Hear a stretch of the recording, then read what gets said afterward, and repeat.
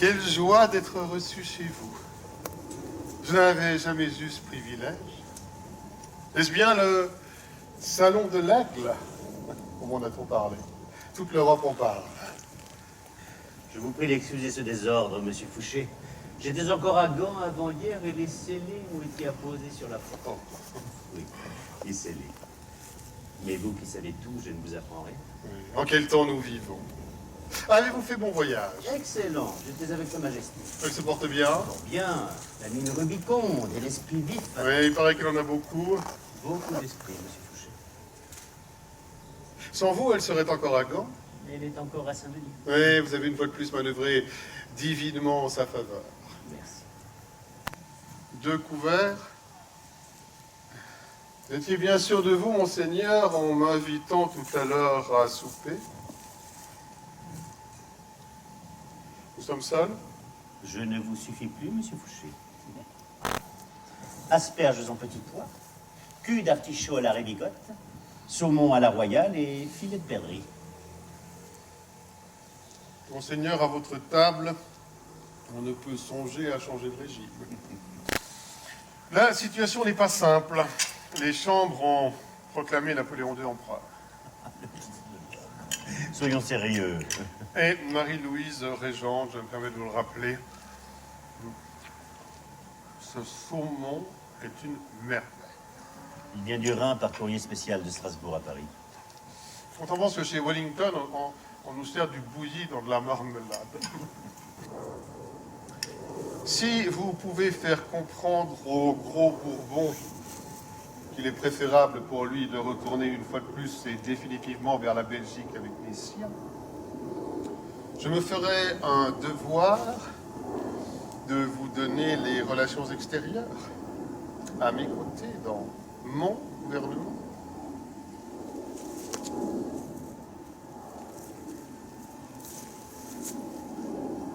Êtes-vous sérieux, Fouché? Qu'en pensez-vous? En tout cas, vous ne manquez pas d'imagination. Cette façon de disposer des hommes et des événements sur le papier. Vous êtes un poète. Monsieur Fouché, rétablissons la restauration. Pour moi, cette restauration... Oh, ne me bousculez pas. Je sais. Vous ne voyez que les Bourbons, vous n'entendez que les Bourbons, vous n'avez que Bourbon en tête. Je comprends qu'il vous fasse peur.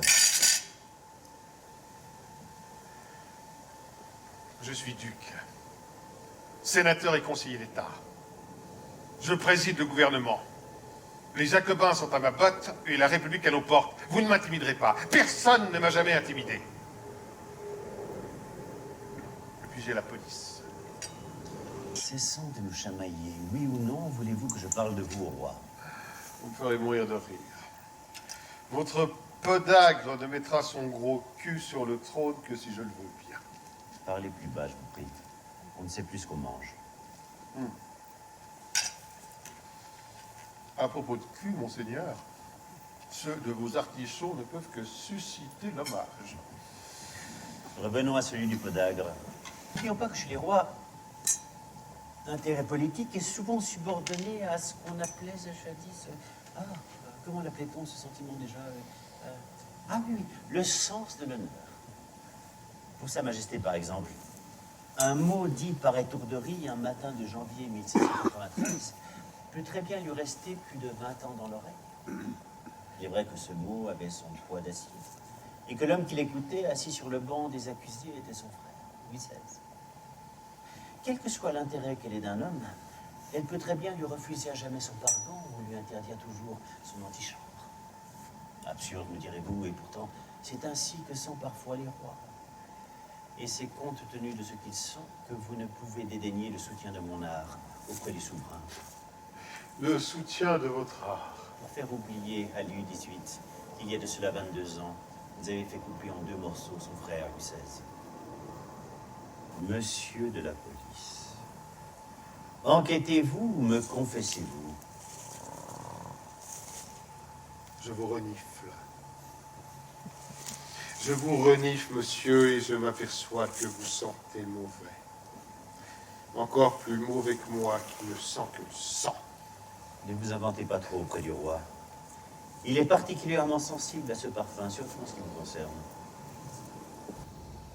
Terrifiant. Quoi? Ce vide. Décidément, ce soir, tout vous effraie. Je voudrais qu'on m'ouvre la porte. On m'ouvrit, chez. On m'ouvrit. Ouvrez-la vous-même, cette porte, elle n'est pas fermée à clé. Cela ne tirait pas au président du gouvernement provisoire.